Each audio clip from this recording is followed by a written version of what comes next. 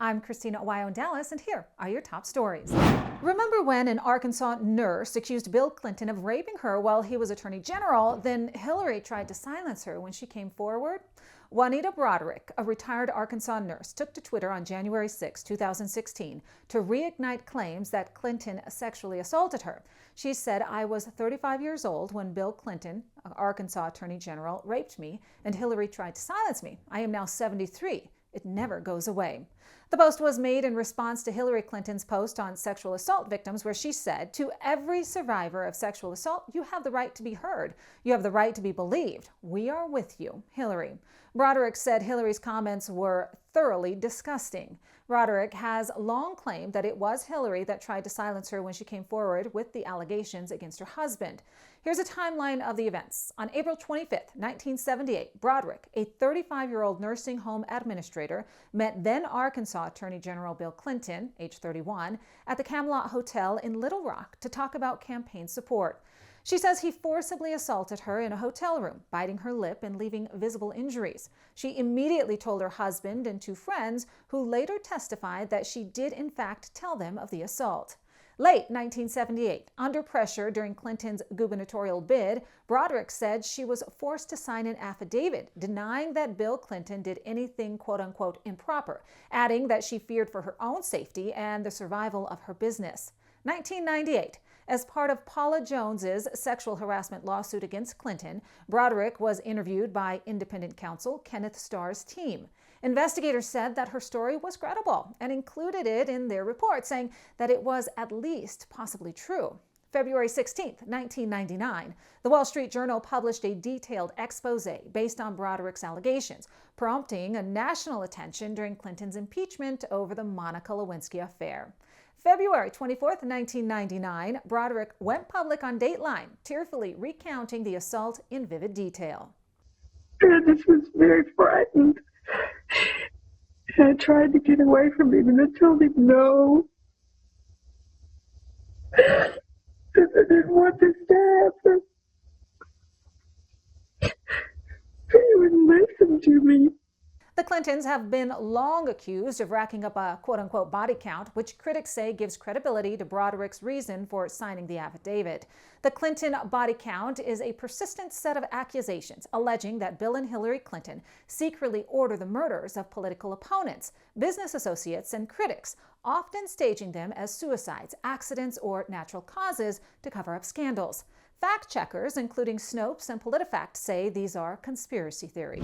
The Christians who are facing felony charges for eating bacon during a Muslim prayer were physically assaulted by the Muslim students, according to video evidence.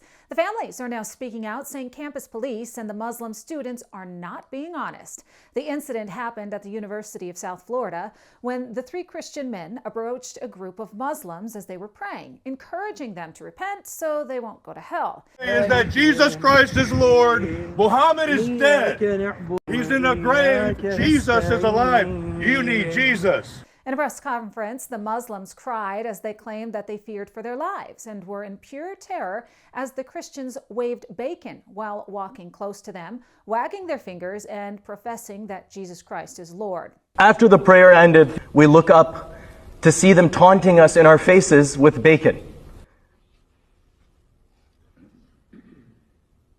I had to relive the whole thing again. However, the video tells a different story. Not only do the Muslims call the Christians to come back when they were leaving, but one of the Muslim students could be seen smiling. Hey, don't talk to them. You do. What are you going to do? What are you going to do? What are you going to do? What are you going to do? This is Islam right here. This is Islam right here. That's Islam right there. Violent. And another physically assaulted one of the Christian men. Jesus Christ is coming soon. Take that towel off of your head. Hey. Take that towel off of your head. Watch your mouth. Repent. Repent, you child. There you go. Let him go. Back up. You're assaulting me, man. Religion of peace, huh? You want to go to Get out. church? Back up. You want to chop my head off? Hey, man. Religion of peace. Religion Religion of peace, huh? You need Jesus. Unlike you, we're not going Preach.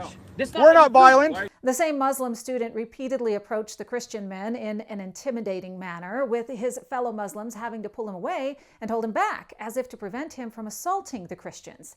The family now speaking out, saying in part, there is nothing illegal about wagging your finger at someone from 2.5 feet away, but it is illegal to put your hands on someone. The men are now raising money for anticipated court costs and have a page set up on Give, Send, Go under Official Street Preachers. And real quick, I want to remind you that Medicare costs are set to go up next year. So if you want to save more than $1,000 a year, listen up, because not only will you be paying more for your deductible and premiums, but some Medicare Advantage plans are disappearing altogether. It can be confusing with so many different plans and options, but I got a quick and easy solution for you. Chapter. I've partnered with Chapter because I believe in what they're doing. They want to help and they'll do it for free. Just call the number on your screen or go to askchapter.org/Christina. It'll take 20 minutes and they'll do all the work. Give them a call. It'll be well worth your time. Chapter. It's official. President Donald Trump has signed an executive order directing Secretary of State Marco Rubio to designate the Muslim Brotherhood as a foreign terrorist organization, meaning they will lose all material support or resources, which is money, weapons, training, lodging, expert advice, etc., from anyone in the U.S. No more government grants or money from NGOs. All known assets and bank accounts of the organization are frozen. Members and representatives of the group are banned from entering the U.S. Banks and financial institutions worldwide will refuse to handle transactions involving the group because of U.S. influence and fear of secondary sanctions. It makes it easier for governments to arrest, prosecute, or deport people linked to the group. The group's members may become targets for military or intelligence operations like drone strikes, special forces, raids, etc., especially by the U.S. or its allies. The Muslim Brotherhood has a major role in funding terror, including its ties to Hamas, Hezbollah, and other violent actors. The Brotherhood's weapon is entryism, which is a method where they patiently creep into different societies from within, getting elected to office, etc., then overturn the government and take control. They gain loyalty from the poor and the youth through clinics and schools. They infiltrate mosques, universities, and government bodies. They get public funds via charities while pushing anti-Israel BDS campaigns. They use racism to push Sharia-friendly policies, which then turn into full Sharia control. They sue to silence critics and the media. They frame jihad as resistance and normalize Islamist demand through schools and local councils. They form branches in different countries that all report to Cairo, turning a democratic society's acceptance against them. Under Brotherhood rule, Christians and non-Muslims are at first taxed, then killed if they don't convert. Their goal is to convert the entire world to be ruled under Sharia law. President Donald Trump has issued a statement saying that the traitors that told the military to disobey my orders should be in jail right now, not roaming the fake news networks trying to explain that what they said was okay. It wasn't, he said, and never will be. It was sedition at the highest level, and sedition is a major crime. There can be no other interpretation of what they said. The elected officials in the video telling service members to disobey President Trump's orders are Senator Alyssa Slotkin from Michigan, Senator Mark Kelly out of Arizona, Representative Jason Crow from Colorado, Representative Chris DeLuzio from Pennsylvania, Representative Maggie Goodlander out of New Hampshire, Representative Christi Houlihan. Mark Kelly is now also facing a court-martial as the Department of War is investigating, and because of his prior service, he's still held accountable under military law. That's what you need to know. In Dallas, Christina Aguayo.